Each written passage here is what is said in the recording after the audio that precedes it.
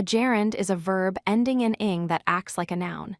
When a gerund is the subject of a sentence, it comes at the beginning and takes a singular verb. For example, swimming is fun. Here, swimming is the subject and is the singular verb. Reading helps. Reading is the subject doing the action of helping. Gerunds as subjects follow a simple pattern. Take any verb and add ing to make it a noun. Then use it as the subject with a singular verb. Swimming is fun.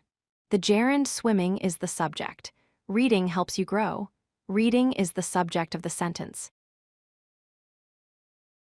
Here are more examples of gerunds as subjects.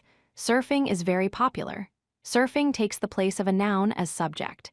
Fasting has many benefits. Fasting acts like a single subject, so it takes has. Singing gives great pleasure. Notice singing uses the singular verb gives. The structure stays the same. Gerund plus singular verb. Dancing feels amazing. Dancing is your subject. Cooking takes time. Cooking needs the singular verb takes. Learning never ends. Learning always takes a singular verb form. Gerund phrases work the same way. The whole phrase acts as one subject. Reading books expands your mind. Reading books is one subject idea. Playing chess sharpens focus. The entire phrase playing chess is singular. Writing daily builds skills. Always use singular verbs.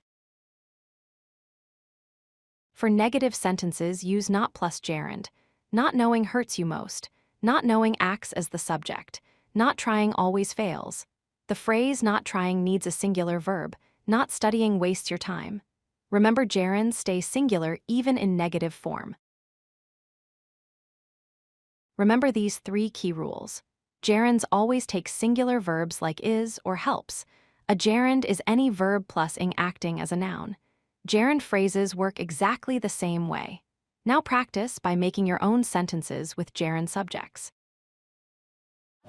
If you like this video, hit that like button and don't forget to subscribe. Visit codelucky.com for more such useful content.